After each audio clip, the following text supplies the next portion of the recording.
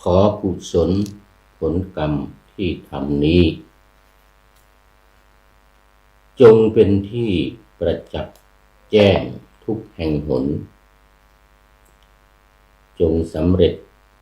แก่ญาติมิตรสนิทชนที่เวียนวนตายเกิดกำเนิดมาสรรพสัตว์ทุกท่วนหน้าเทพารักษ์จงประจักษ์ในกุศลผลนี้หนาพ้นจากทุกข์ประสบสุขทุกเวลาสมดังค่าอุทิศให้ด้วยใจคืนขอถวายความนอบน้อมแด่พระรัตนตรัยมีพระพุทธเจ้าเป็นต้นขอถวายความเคารพพระมหาเถระพระเถรานุเถระเจ้าคณะพระสังฆาธิการทั่วโลกมีพระเดชพระคุณพระธรรมเสนาบดีเจ้าคณะภาค7วัดพระธาตุดอยสุเทพเป็นต้นและขออำนวยพรในท่านผู้ฟังท่านผู้ชมสาธุชนพุทธบริษัททั้งหลายวันนี้รายการพระไตรปิฎกลอยฟ้าก็ลอยมาจากวัดดอยสัพพัญญูอำเภอแม่วางจังหวัดเชียงใหม่ผ่านทางเฟซบุ๊กไลฟ์สวัยเทพบุญเหมือนเดิมล่วงหน้ามา1 ชั่วโมงวันนี้เมื่อคืนที่ผ่านมามันดึกทำไม่ทันว่าจะทำล่วงหน้าไว้แต่ก็นี่กำลังตื่นมาตอนเช้านี้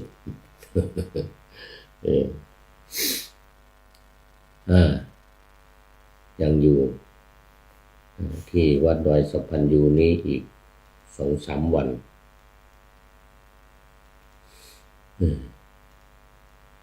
คือวันที่18นี้จะเป็นวัน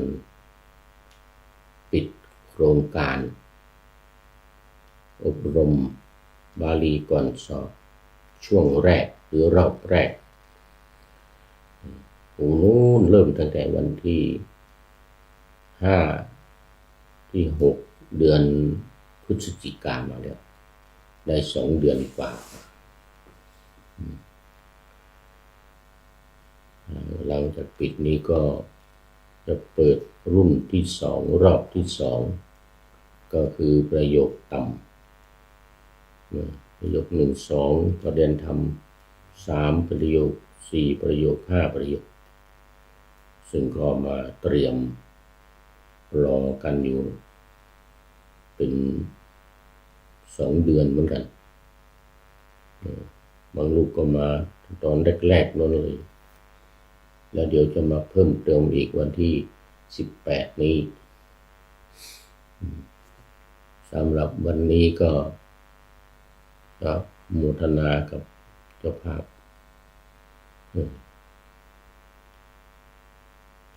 ศิษย์หลวงปู่พระพรหมมงคลวัดพระธาตุสีจอมทองหรือหลวงปู่ทองสิริมังคโรอดีตเจ้าอาวาสวัดพระธาตุสีจอมทอง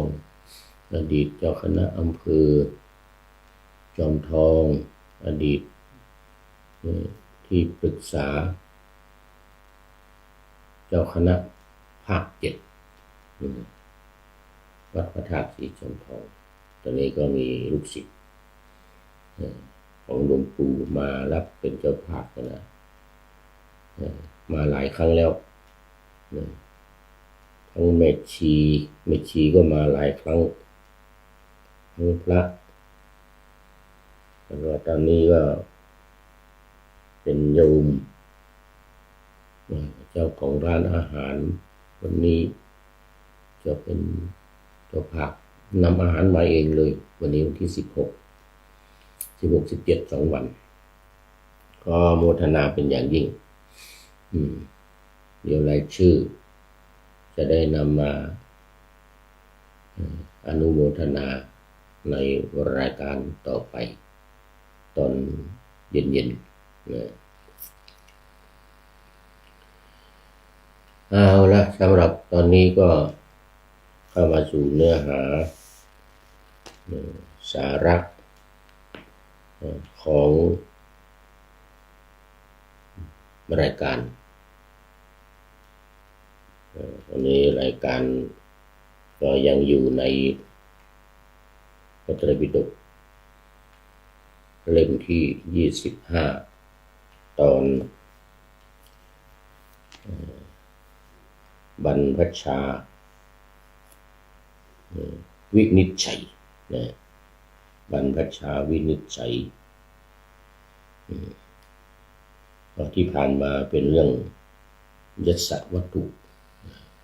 คือเรื่องของพระยศพระยศศักดิ์พร้อมกับสหาย54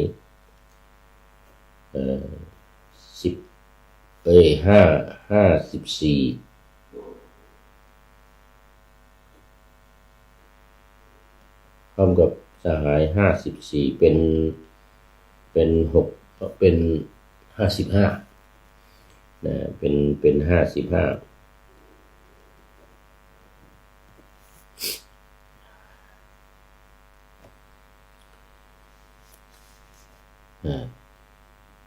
เป็น55คน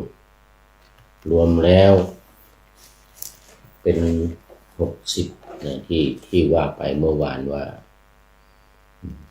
มีมนุษย์เป็นพระอรหันต์ช่วงแรกก็5คนคือปัญจวัคคีย์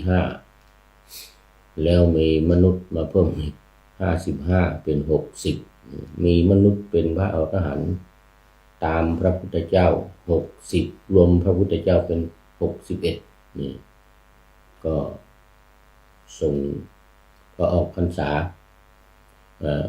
า3 เดือนเนี่ยก็ส่งออกไปประกาศพระศาสนา61เส้นทางที่ว่าไว้เมื่อวานเมื่อวานนะ61เส้นทางห้ามไปทางเดียวกัน2รูปให้ไปรูปเดียวมันจะได้61 61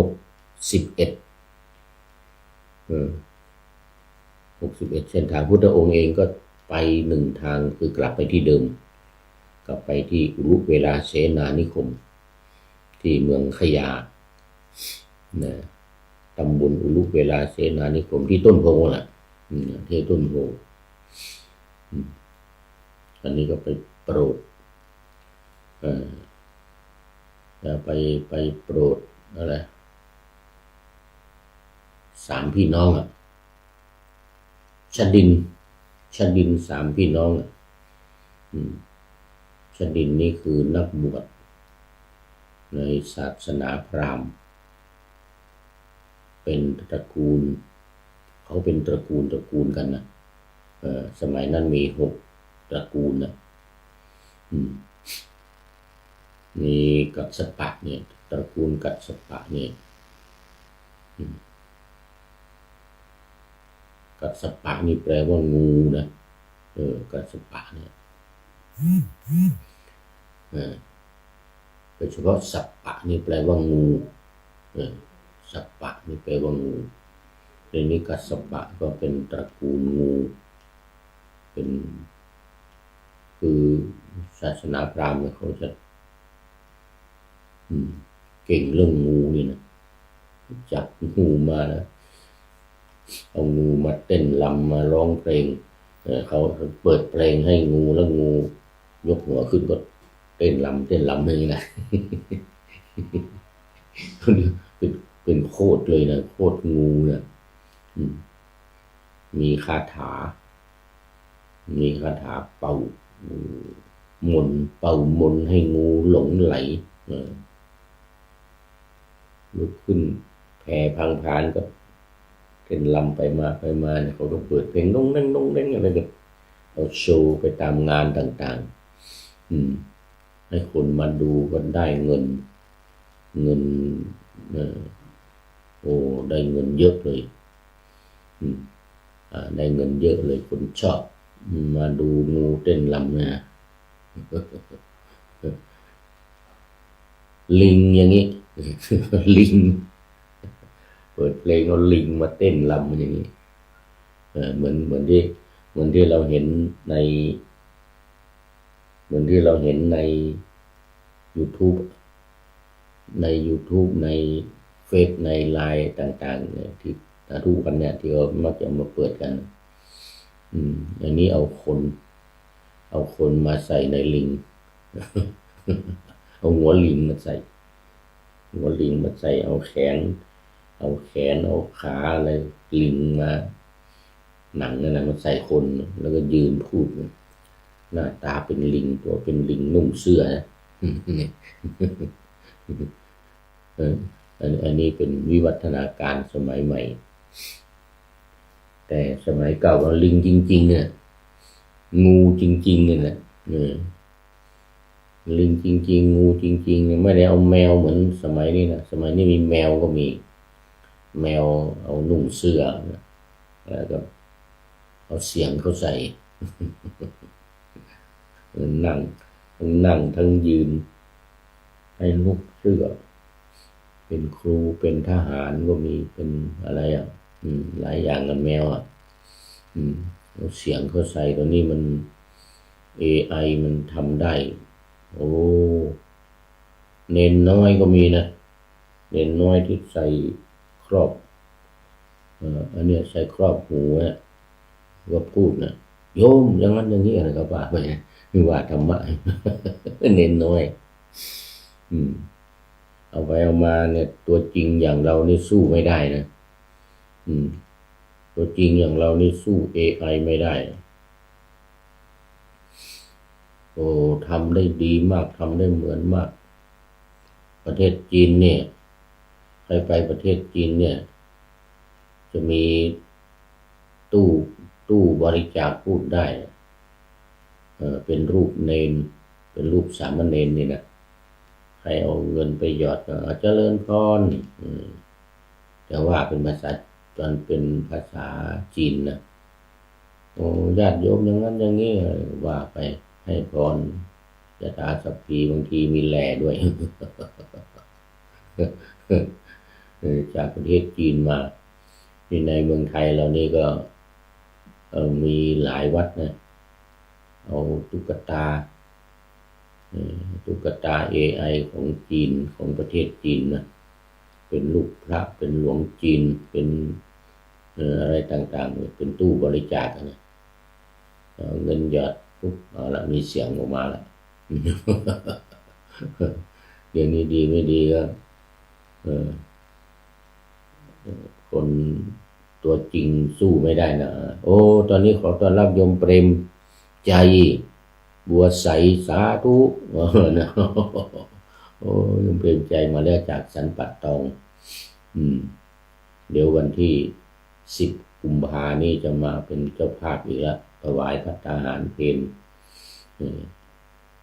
แก่ผู้อบรมรอบ2มีหลวงพ่อวัดหัวลินเป็นเจ้าภาพเอาก๋วยเตี๋ยวมาอีกวันที่10 กุมภาเป็นวันเกิดของหลวงพ่อพระครูวัดหัวลินอะไรปัจฉานุกูลน่ะหลวงพ่อปัจฉานุกูลวัดหัวลินโยมเป็นใจบอกว่าสาธุสาธุสาธุนะโอ้โมทนาแต่เช้าตรู่เลยวันนี้ไม่ได้ทำไว้ล่วงหน้าเมื่อวานแล้วก็มาทำตอนเช้านี้เดี๋ยว8 นาฬิกานี้ก็ออกอากาศทางวิทยุ5 สถานีมีวัดพระธาตุดอยสุเทพเป็นต้นวัดฝายหินวัดปากทางเจริญอำเภอดอยหล่อนี่ใกล้ๆเรานี่แล้วก็วัดพระพุทธบาทอุดมอำเภอฝางนู่นและมจร.วิทยาลัยสงฆ์นครลำปาง อาจารย์จีรศักดิ์กันลำก็นำออกอากาศเวลา8 ถึง 9 นาฬิกาทั้งหมดยกเว้นวัดพระธาตุดอยสุเทพตอน5 ทุ่มกลางคืนนู่น ทำไว้ทำไว้ครั้งเดียวในออก5 ครั้ง 5 สถานีนะก็โมทนากับคุณโยมเปรมใจบัวใสจากสันปะตอง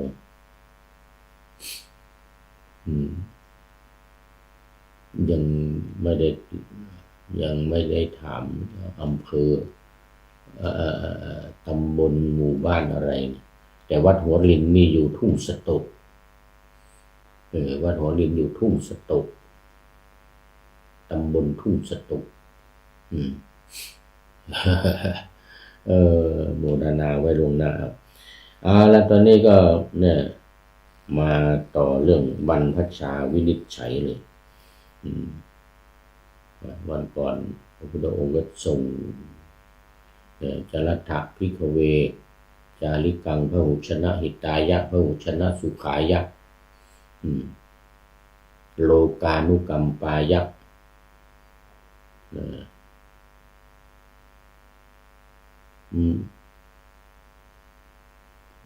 มนุษย์สานังนะเทวดาและมนุษย์ทั้งหลายทุกภิกษุทั้งหลายพวกเธอจงจาริกไปเพื่อประโยชน์สุขเพื่อประโยชน์เพื่อความสุขแก่มวลมหาชนแก่มวลมหาชนและเทวดาและมนุษย์ทั้งหลายและอนุเคราะห์โลกอนุเคราะห์ชาวโลกโลกานุกัมปายะเพื่ออนุเคราะห์ชาวโลกแล้วก็ตลอดถึงเทวดาทั้งหลายนี่แหละจบไปวันนี้มาเริ่มบรรพชาวินัยในหัวข้อบรรพชาวินัยในตติยสมันตปาสาธิกาหน้าที่20เล่มที่3เล่มที่3ในพระสูตรพระไตรปิฎกเล่มที่25หน้า20วันนี้2 บทว่านานาทิสานานาชนะปทามีความว่าจากทิศต่าง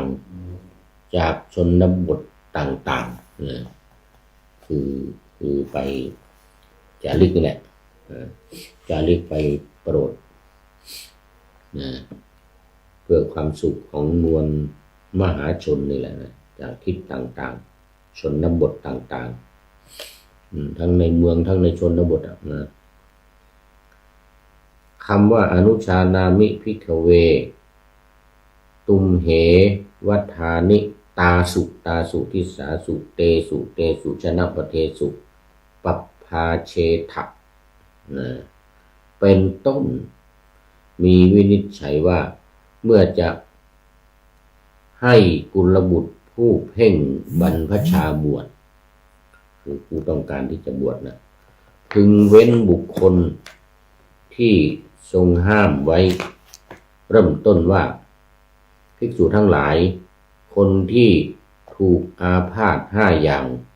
เบียดเบียนแล้วอันท่านทั้งหลายไม่ควรให้บวชดังนี้จนถึงอย่างนี้ว่าคนตาบอดหรือคนใบ้หรือคนหนวกอันท่านทั้งหลายไม่ควรให้บวชดังนี้ข้างหน้าพึงให้บุคคลเว้นจากบรรพชาโทษ5 อย่างให้บวชนั่นก็คือคนที่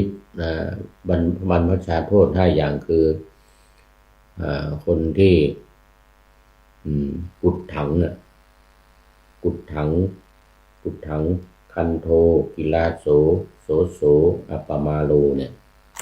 ห้าอย่างที่เวลาเราบวชเนี่ยพระผู้สวดจะถามก่อนว่าคุณนี่เป็นโรคเรื้อนไหมโอ้ทองเก๊ไม่ลอกไม่ดำจำนำไม่ได้มาแล้ว สาธุสาธุ กราบนมัสการขอรับพระครูจารย์ จากนครศรีธรรมราชมาแล้วโมทนาทองเก้ไม่ลอกไม่ดำนี่ก็เดิมก็คือธรรมชาติสัจธรรมนะโอ้ตอนนี้วันนี้ไปเจาะยางเอาไปกรีดยางหรือเปล่าเนาะเนี่ยเมื่อคืนที่ผ่านมาแล้วนี่ไปมาแล้ว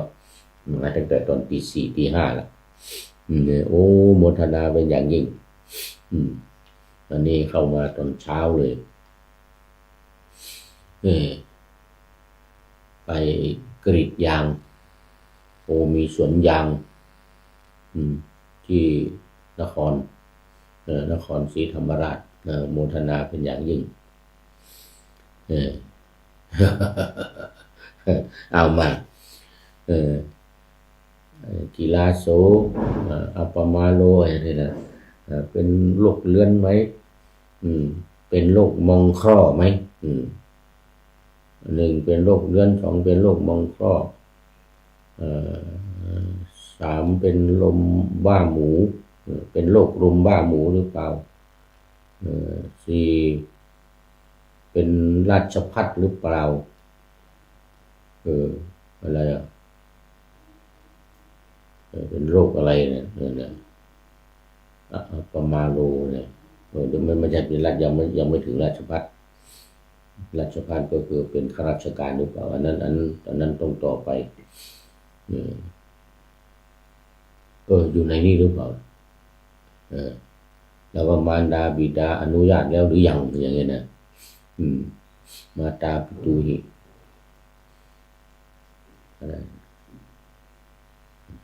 จะลืมไปนี่นะบรรพชาโทษ5อย่างนี่นะมาวินิจฉัยกันห้ามบวชเดี๋ยวมันจะมีรายละเอียดอยู่ยกตัวอย่างเท่านั้นเองนะบุคคลแม้นั้นอันมารดาบิดาอนุญาตแล้วเท่านั้นลักษณะแห่งการอนุญาตซึ่งบุคคลผู้สมควรนั้นข้าพเจ้าจะพรรณนาในสูตรนี้ว่าภิกษุทั้งหลายนี่พุทธดำรัสนะบุตรที่มารดาบิดาไม่อนุญาตอันท่านทั้งหลายไม่ควรให้บวชภิกษุใดพึงบวชให้ภิกษุนั้นต้องอาบัติทุกกฎก็แลเมื่อจะให้บวชกุลบุตรผู้เว้นจากบรรพชาโทษซึ่งมารดาบิดาอนุญาตแล้วนั้นถ้าว่ากุลบุตรนั้นยังไม่ได้โปรงผมและภิกษุแม้เหล่าอื่นมีอยู่ในสีมาเดียวกันพึงบอกพันธุกรรมเพื่อประโยชน์แก่การโปรงผมอาการบอกพันธุกรรมนั้นข้าพเจ้าจะพรรณนาในสูตรนี้ว่าภิกษุทั้งหลายเราอนุญาตให้ภิกษุบอกเล่ากับสงฆ์บอกเล่ากับสงฆ์เพื่อทำพันธุกรรมถ้ามีโอกาสพึงให้บวชเองถ้าต้องขวนขวายเพื่อรู้ไว้กิจการที่มีอุเทศและมีปริปุจฉาเป็นต้นไม่ได้โอกาสพึงสั่งภิกษุหนุ่มรูปหนึ่งว่าคุณจงให้กุลบุตรนี้บวชนั่นหมายถึงพระอุปัชฌาย์ถ้าภิกษุหนุ่มซึ่งอุปัชฌาย์ไม่ได้สั่งเลยแต่เธอให้บวชแทนอุปัชฌาย์ การทำอย่างนั้นสมควรควรอยู่ถ้าภิกษุหนุ่มไม่มีอุปัชฌาย์พึงบอกสามเณรก็ได้ว่าเธอจงนำผู้นี้ไปยังขันธสีมาให้ปรงผมให้นุ่งห่มผ้ากาสายะเสร็จแล้วจึงมาอันนี้สามเณรนี่บวชไม่ได้ต้องให้ไปปรงผมเสร็จแล้วก็นุ่งห่มผ้าเรียบร้อยแล้วก็กลับมาหาพระอุปัชฌาย์ส่วนสรณะอุปัชฌาย์พึงให้เองก็คือไตรสรณคมอันนี้หมายถึงตอนที่พระพุทธองค์ทรงอนุญาตให้บวชด้วยไตรสรณคมก็คือให้เปล่งวาจากล่าวถึงพระพุทธพระธรรมพระสงฆ์ว่าเป็นที่พึ่งเป็นสรณะนะพุทธังสรณังคัจฉามิธัมมังสรณังคัจฉามินะจนถึงสังฆังนะทุติยัมปิตติยัมปิเรียบร้อยแล้วติสรณะขมานังนิทิตังเนี่ยนะผู้บวชก็อามะพันเตเนี่ยนะ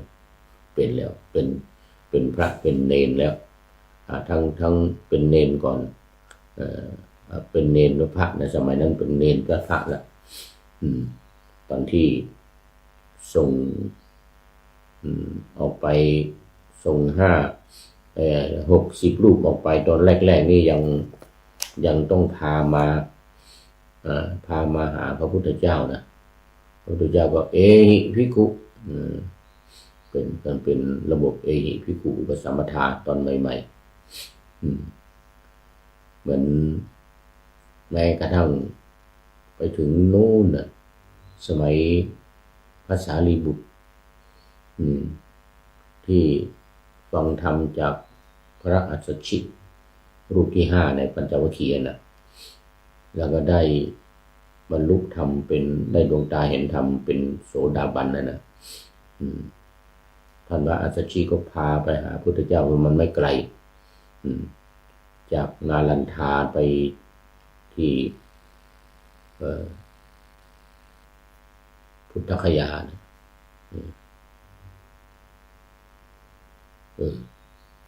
จากนาลันทาไปพุทธคยารู้สึกจะ50มาเดียวประมาณ50 กิโลเมตรนะพาไปหาพระพุทธเจ้าพระพุทธเจ้าว่าเอหิภิกขุสมัยนั้นเอหิภิกขุหลังๆมานี่มันมากมันไกลมันปูไปกว้างขวางมาหาพระพุทธเจ้าลำบากก็ทรงอนุญาตไตรสรณคมนี่แหละบวชด้วยไตรสรณคมคือว่าระลึกถึงพระพุทธพระธรรมพระสงฆ์นี่แหละก็เป็นทั้งสามเณรทั้งพระแล้วตอนหลังมาก็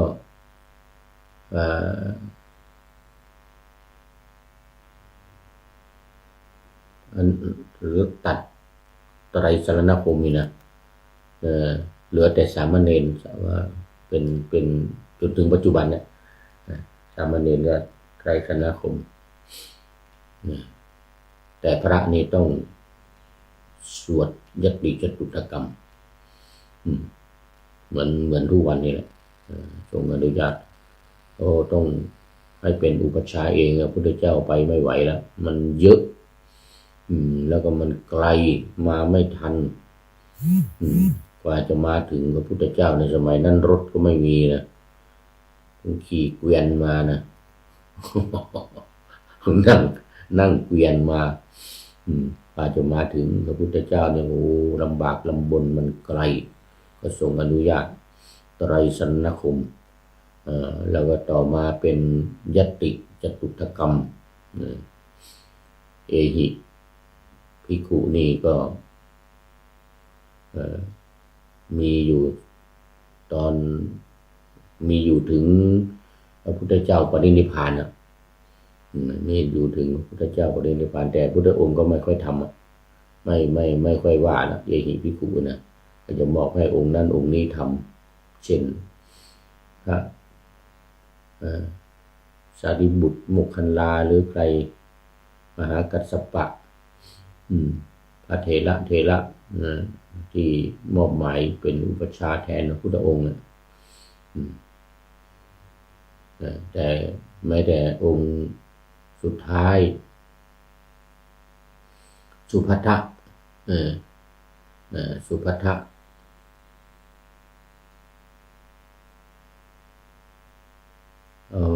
สุภัททะองค์สุดท้ายนี่ไม่แน่ใจนะพระพุทธองค์ทรงอาพาธหนักทรงอาพาธหนักแล้วคืนที่จะปรินิพพานนั่นแหละนะทรงอาพาธหนักเป็นเอหิภิกขุหรือเปล่าไม่แน่ใจต้องไปดูประวัติอีกทีหนึ่งเนี่ยมีอยู่ไหนเนี่ยมีอยู่ไหนเนี่ยทำไมเอหิภิกขุก็มอบสารีบุตรหรือใครสารีบุตรมรณภาพไปแล้วกัสสปะหรือใครเป็นอุปัชฌาย์ให้เพื่อความสะดวกนะส่วนสามเณรหรือสามเณรีได้เพื่อจะให้ผ้ากาสายะตามคำสั่งการปลงผมผู้ใดผู้หนึ่งทำแล้วก็เป็นอันทำแล้วด้วยดีก็ถ้าว่ากุลบุตรเป็นผู้มีรูปสมควรมีกุศลกรรมเป็นเหตุมีชื่อเสียงมียศอุปัชฌาย์แม้ทำโอกาสแล้วก็ควรให้บวชเองแท้ทั้งไม่ควรปล่อยไปว่าจงถือเอาดินเหนียวกำมือหนึ่งอาบน้ำแล้วชุบผมแล้วจงมาก็ควรไม่ควรทำอย่างนั้นไม่ควรบอกไปอย่างนั้นต้องบอกใครคนใดคนหนึ่งนำไปทำเพราะว่าอุกาสะของผู้ที่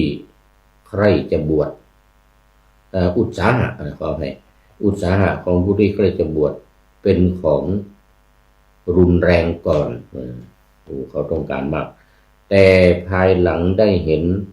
ผ้ากาสายะและมีดโกนผมเข้าจะตกใจเลยนะ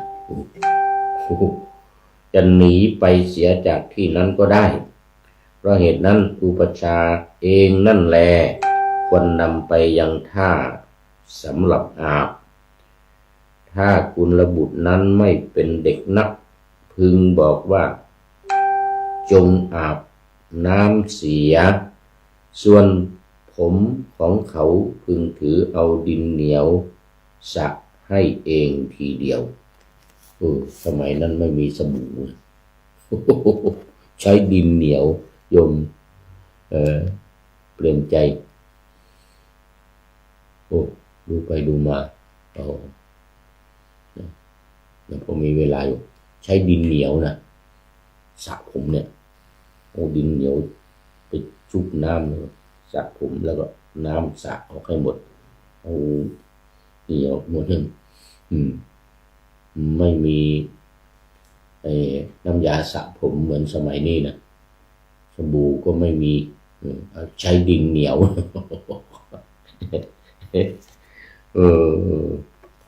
นี่นะ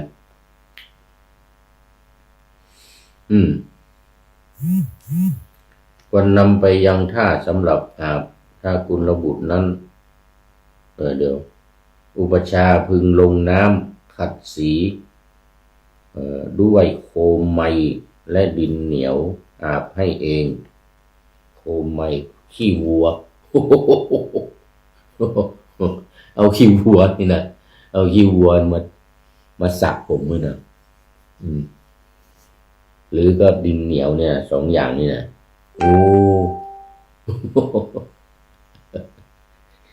น่าจะเป็นขี้วัวใหม่ๆเก่าๆน่าจะเหม็นใหม่ๆมันยังหอมอยู่มันยังไม่มีกลิ่นเหม็นเท่าไหร่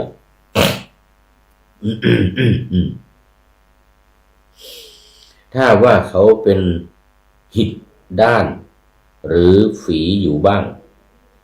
มารดาไม่เกลียดบุตรฉันใดอุปัชฌาย์ไม่พึงเกลียดฉันนั้นทีเดียวพึงให้อาบขัดสีตั้งแต่มือและเท้าจนถึงศีรษะเป็นอันดี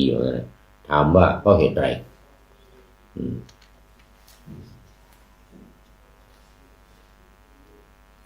หิดด้านนี้เป็นโรคที่ต้องห้ามนับเป็นอุปสมบทโทษหิดด้านนี่นะหิดเป็นหิดตอบว่าเพราะว่าด้วยอุปการะเพียงเท่านี้กุลบุตรทั้งหลายจะเป็นผู้มีความรักแรงกล้ามีความเคารพมากในอาจารย์และอุปัชฌาย์และในพระศาสนาจะเป็นผู้ไม่หวนกลับเป็นธรรมดาคือจะไม่สึกไปจะรับพระศาสนาจะรับพระอุปัชฌาย์อาจารย์ไม่หนีไปไหนไม่หวนกลับไปไหนจะบรรเทาความเบื่อหน่ายที่เกิดขึ้นเสียอยู่ไปจนเป็นพระเถระจะเป็นผู้กตัญญูกตเวทีและในเวลาที่ให้อาบน้ำหรือในเวลาปลงผมและหนวดด้วยอาการอย่างนั้นอุปัชฌาย์ไม่ควรพูดกับเขาว่าเธอเป็นคนมีชื่อเสียงมียศบัดนี้พวกฉันได้อาศัยเธอแล้วจะไม่ลำบากด้วยปัจจัยไม่ควรพูดอย่างนี้ไม่ได้พูดไม่ได้ถ้อยคำที่ไม่ใช่คำชักนำอย่างอื่น ก็ไม่ควรพูดเหมือนกันที่ถูกควรพูดแก่เขาว่าผู้มีอายุเธอจงใคร่ควรดูให้ดีจงคุมสติแล้วพึงสอนตจักปัญจกกรรมฐานให้คือกรรมฐาน5อย่างตจักมีหนังเป็นที่สุดที่เราว่ากันบ่อยๆเกสาโลมานะขาทันตาตะโจอย่างเงี้ยตะโจคือหนังเกสาคือผมโลมาขนนะขาเล็บทันตาฟันแล้วก็ตะโจหนังที่อยู่รอบๆตัวเราเนี่ย5อย่างนี้พระอุปัชฌาย์จะต้องสอนให้ก่อนเวลาบวชแม้ปัจจุบันนี้ก็เหมือนกันบวชเสร็จแล้วต้องเดี๋ยวก่อนที่จะบวชเนี่ยต้องให้กรรมฐานนี้ก่อนต้องให้กรรมฐานนี้5อย่างนี้ก่อนเลยเพราะบางคนเนี่ยสมัยนั้นน่ะแค่ให้กรรมฐานนี่จบ5อย่างนี่แหละบรรลุเลยเป็นพระอรหันต์เลยแล้วบางคนยังไม่ได้ให้กรรมฐานนี่นะแค่ปลงผมนะปลงผมเสร็จเป็นพระอรหันต์เลยมีสามเณรบางคนอย่างสามเณรอะไรโสปากะสามเณรสุมาณะอะไรเนี่ยนะสุขะสามเณรอะไรมีหลายองค์หลายรูปพอปลงผมเสร็จก็บรรลุเป็นพระอรหันต์เลยรู้สึกว่าพระกุมารกัสสปะก็เหมือนกันนะ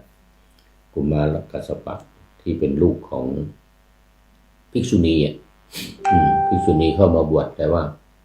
ตั้งท้องมาก่อนแล้วพอมาบวชก็ท้องใหญ่ขึ้นเดือดร้อนกันใหญ่เลยกลมร้อนหรือนางวิสาขามาตรวจคันเสร็จแล้วก็เกิดมาลูกเกิดมาพระราชานำไปเลี้ยงในพระราชวังพออายุ7 ขวบก็บวช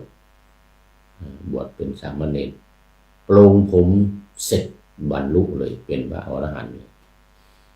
ยังไม่ทันบวชแค่ปลงผมเสร็จยังไม่ได้บอกนี่ตัดจากปัญจกกรรมฐาน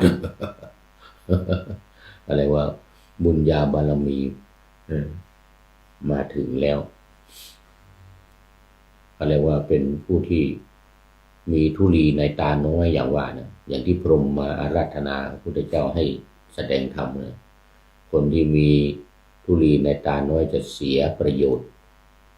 จะเสียโอกาสในการที่จะได้บรรลุธรรมมีเยอะที่ยังไม่ทันบวชนะยังแค่ฟังธรรมนะยังไม่ได้ไปปรงผมปรุงแผมอะไรนะบรรลุแล้วเป็นพระอรหันต์แล้วเหมือนพระเจ้าสุโธทนะพุทธบิดา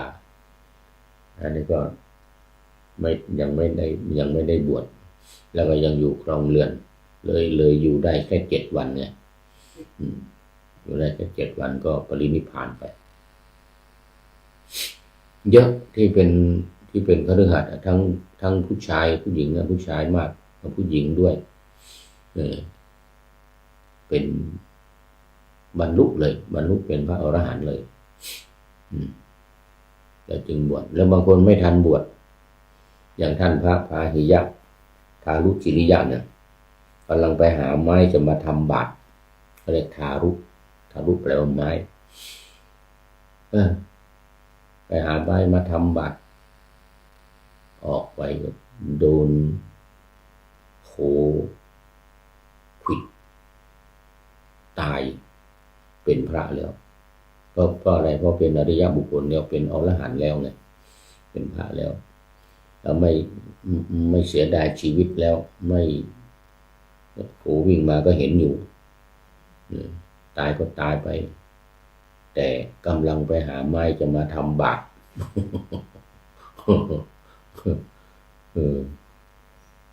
พระอินทร์ไม่ช่วยไม่มาเนรมิตบาตรให้ต้องไปหาเอง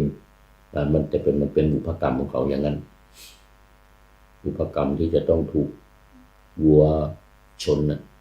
ตายเนี่ยมันเป็นเวรกรรมกันมาก่อนแต่ว่าเป็นพระแล้วเป็นพระอรหันต์แล้วเขาเรียกว่าพระรูปหนึ่งในพุทธศาสนาพระเจ้าสุโธทนะก็เรียกว่าพระภิกษุเหมือนกัน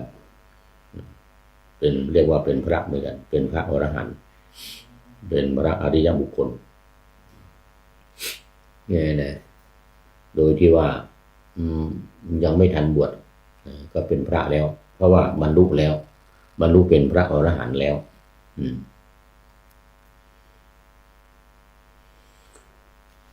นี่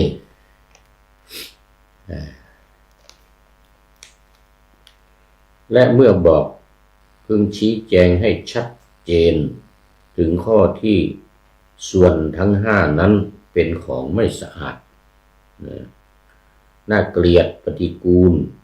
ด้วยอำนาจสีสันฐานกลิ่น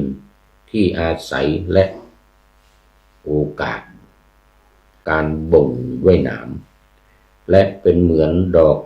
ปทุมที่แก่คอยรอพระอาทิตย์ขึ้นทีนั้นเมื่อการพิจารณากรรมฐานสักว่าเขาปรารภแล้วญาณที่จะบดกิเลสเพียงดังภูเขาให้แหลกไปนั่นแลว่างั้นนะเพียงแค่บอกเกสาโลมาเนี่ยนะนาขาทันตาตัจโจบางคนยังไม่ถึงตัจโจนะแค่เกสาโลมาบรรลุแล้วบรรลุเป็นพระอรหันต์เพราะญาณแก่กล้าแล้วเพียงแค่บอกตจักปัญจกกรรมฐานยังไม่เสร็จเป็นบรรลุเป็นพระอรหันต์ก็มีนะทีนั้นเมื่อการพิจารณากรรมฐานสักว่าเขาปรารภแล้วญาณที่จะบดกิเลสเพียงดังภูเขาให้แหลกไปนั่นแลย่อมเป็นไปราวกับอาวุธของพระอินทร์แล่งภูเขาให้แหลกละเอียดไปฉะนั้นเขาย่อมบรรลุพระอรหันต์ในเวลาโปรงผมเสร็จทีเดียวจริงอยู่แต่แรกทีเดียวกุลบุตรเหล่าใดเหล่าหนึ่งได้สำเร็จพระอรหันต์ในขณะโปรงผมเสร็จกุลบุตรเหล่านั้นทั้งหมดได้การฟังเห็นปานนี้อาศัยนัยยะที่อาจารย์ ผู้เป็นกัลยาณมิตรให้จึงได้สำเร็จไม่ได้อาศัยแล้วหาสำเร็จไม่เพราะเหตุนั้นอุปัชฌาย์จึงควรกล่าวถ้อยคำเช่นนั้นแก่เขาอันหนึ่งเมื่อปลงผมเสร็จควรให้ขมิ้นผงหรือกระแจกศีรษะและร่างกายกำจัดกลิ่นคฤหัสถ์เสียพึงให้รับผ้ากาสายะ3 ครั้งหรือ2 ครั้งหรือครั้งเดียวก็ได้แม้ถ้าอาจารย์หรืออุปัชฌาย์จะไม่มอบให้ในมือของเขาจะนุ่งห่มให้เองทีเดียวข้อนั้นก็สมควรแม้ถ้าจะสั่งคนอื่นเป็นภิกษุหนุ่มหรือสามเณรก็ตามอุบาสกก็ตามว่าผู้มีอายุท่านจงถือเอาผ้ากาสายะเหล่านี้นุ่งห่มให้ผู้นี้หรือจะสั่งกุลบุตรนั้นแหละว่าเธอจงถือเอาผ้ากาสายะเหล่านี้ไปนุ่งห่มควรทุกอย่างเนี่ยอันนี้ควรทุกอย่างเลยมันปัจจุบันเนี่ยเวลาทำพิธีกล่าวคำขอบวชอะไรเรียบร้อยแล้วเนี่ยก็มอบผ้าคือเอาผ้าอังสานี้ใส่ให้ก่อนแล้วก็มอบผ้าไตรทั้งหมดเนี่ยให้ไปนุ่งห่มมาข้างล่างนุ่งห่มให้เป็นปริมณฑลนะข้างล่างปิดหัวเข่าอย่างเงี้ยข้างบนนี่ต้องปิดสะดืออย่างเงี้ยหมายถึงผ้าสบงนะอันตรวสกข้างในข้างบนนี้ให้ปิดสะดือแต่เป็นมัดต่ำกว่าสะดือไม่ได้อย่างเงี้ยนะแล้วข้างล่างนี่ให้ต่ำลงไปกว่าหัวเข่าลงไปครึ่งหน้าแข้งเลยเวลาผมนุ่งผ้าสบงเนี่ยนะครึ่งหน้าแข้งเนี่ยเขาเรียกว่านุ่งห่มเป็นปริมณฑลข้างล่างต่ำกว่าหัวเข่าลงไปครึ่งหน้าแข้งแต่จะลงไปจนถึงข้อเท้านะก็ไม่สวยนะต่ำเกินไปแค่ครึ่งหน้าแข้งครึ่งหน้าแข้งแต่ข้างบนนี้ให้ปิดสะดืออย่าให้ต่ำกว่าสะดือไม่ได้อย่างนี้เป็นต้นเขาแล้วสั่งให้ไปนุ่งห่มให้เป็นปริมณฑลส่วนนำไปแล้วจะมีใครช่วยห่มบ้างก็ได้ไม่มีใครช่วยก็ทำเองแล้วก็กลับมาจริงอยู่ผ้ากาสายะนั้นทั้งหมดเป็นอันภิกษุนั้นเทียวให้แล้วแต่เขานุ่งหรือห่มผ้านุ่งหรือผ้าห่มอันใดโดยไม่ได้สั่งพึงเปลื้องผ้านุ่งหรือผ้าห่มนั้นเสียแล้วให้ใหม่คือที่สำคัญคือพระอุปัชฌาย์เนี่ยต้องสั่งก่อนแต่ว่ายังไม่ได้สั่งแต่แล้วเอาไปนุ่งต้องให้เปลี่ยนใหม่ต้องให้เอาออกก่อนเอาออกก่อนแล้วก็สั่งใหม่สั่งว่าเธอจงเอาไปนุ่งอย่างนี้นะก็ถือว่าเป็นเรื่องสำคัญเพราะว่าเนี่ยอย่างเหตุผลอย่างที่ว่ามาเมื่อกี้เนี่ยมันจะได้รับมีความผูกพันกันระหว่างพระอุปัชฌาย์กับอันเตวาสิกหรือสัตถิวิหาริกที่มาบวชความผูกพันกันระหว่างพระอุปัชฌาย์กับลูกศิษย์เนี่ยมันจะได้ต่อเนื่องมีความลึกซึ้งซึ่งกันและกันเพราะผ้ากาสายะที่ภิกษุให้ด้วยมือของตนหรือด้วยสั่งเท่านั้นจึงควรที่ภิกษุไม่ได้ให้ไม่ควรแม้ว่าถ้าผ้ากาสายะนั้นจะเป็นของเขาเองก็ต้องเป็นเช่นนั้นคือจะต้องตอนที่มากล่าวคำขอบวชนะต้องยกผ้าประเคนพระอุปัชฌาย์นะแล้วก็กล่าวคำขอบวชพอเรียบร้อยแล้วพระอุปัชฌาย์ก็เอามอบให้อีกทีหนึ่งถือว่าสั่งมอบให้เอาไปบวชให้เอาไปนุ่งนะแม้ว่าผ้ากาสายะนั้นจะเป็นของตนเองของเขาเอง ก็ต้องเป็นเช่นนั้นและจะต้องกล่าวอะไรในผ้ากาสายะที่มีอุปชาเป็นมูลเล่า หมายถึงว่าอุปชาเป็นหาผ้ามาให้เพราะบางคนนี่ไม่มีเป็นคนยากจนอุปชาเห็นว่ามีเจตนามีศรัทธาจะบวชอุปชาก็หาผ้ามาให้ตอนมากล่าวคำขอบวชนั้นอุปชาก็เตรียมไว้ละกล่าวคำขออุปสมบทขอบรรพชาอุปสมบทเสร็จแล้วก็ยกผ้าให้ผ้าหมายถึงผ้าของอุปชาเตรียมไว้ให้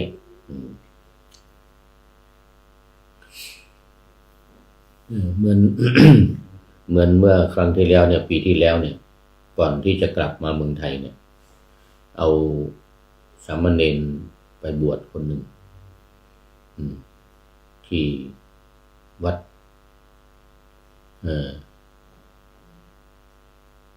พุทธารามที่ฟินแลนด์ที่ประเทศฟินแลนด์ที่ท่านอุปชา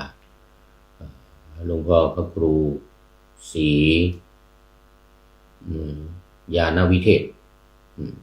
วัดที่ฟินแลนด์นี่ก็ผ้าไม่ครบนะหลวงพ่ออุปชาก็เตรียมสังฆาติให้ผ้าไตรมามันไม่มีสังฆาติมีแต่ผ้าเนี่ย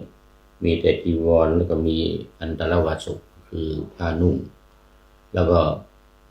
ผ้าอังสะมีหรือเปล่าอังสะก็รู้สึกจะไม่มีนะแต่เ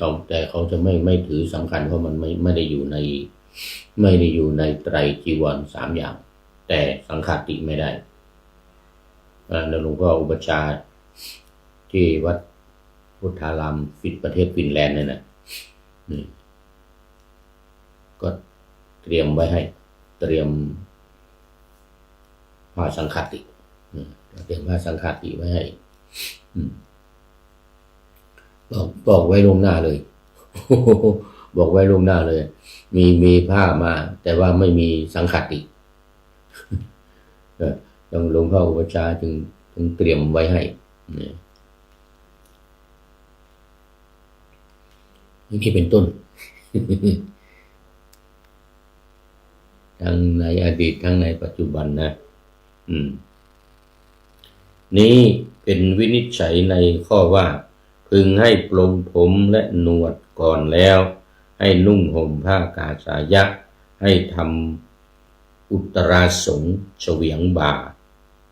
ดังนี้เอาละวันนี้หมดเวลาก็เอาไว้แค่นี้ก่อน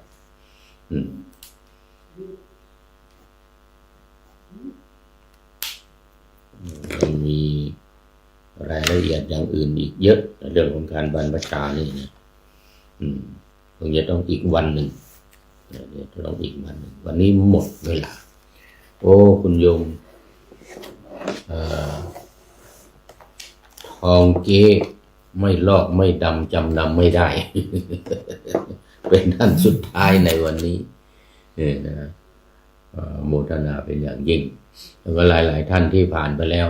นิยมเปรมใจบัวใสเป็นต้น ข้อคิดท้ายรายการวันนี้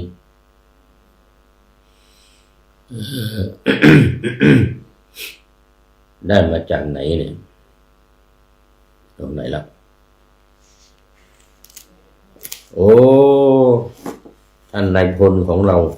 พลตรีนเรศจิตรักนี่เองบอกว่าขอกุศลผลกรรมที่ทำนี้จงเป็นที่ประจักษ์แจ้งทุกแห่งหนขอสำเร็จจงสำเร็จแก่ญาติมิตรสนิทชนที่เวียนวนตายเกิดกำเนิดมานั่นหมายถึงการทำบุญนะการทำบุญอุทิศส่วนกุศลให้คนนั้นคนนี้รวมทั้งที่ไปกับตัวเองสรรพสัตว์ทุกท่วนหน้าเทพารักษ์จงประจักษ์ในกุศลผลนี้หนาพ้นจากทุกข์ประสบสุขทุกเวลาสมดังค่าอุทิศให้ด้วยใจเทินนะขอบคุณ ละโมทนากับพลตรีนเรศจิตรักไว้ณที่นี้เป็นอย่างยิ่งที่ให้ข้อคิดไว้ท้ายรายการในวันนี้ขอนำพระไตรปิฎกลอยฟ้าไปจากผู้ฟังทั้งหลายในโลกล่าวันต่อไปจะได้จรย้อนกลับมาสู่สถานีใหม่ให้ท่านฟังอย่าลืมเปิดวิทยุหรือเครื่องรับโทรศัพท์โมบายคอมพิวเตอร์ผัง YouTube เฟซเพจไลน์ให้ดังๆเพื่อชมฟังรายการวันต่อไปขอทุกท่านมีความสุขทุกคืนวันนำธรรมะประกอบการงานทั้งหลายเช่นขยันทำงานทางวาจากายใจขวนขวายกิจการงานนานาบำเพ็ญสาธารณประโยชน์เว้นสิ่งที่มีโทษโหดเยี่ยงสาประกอบแต่กรรมดีมีราคา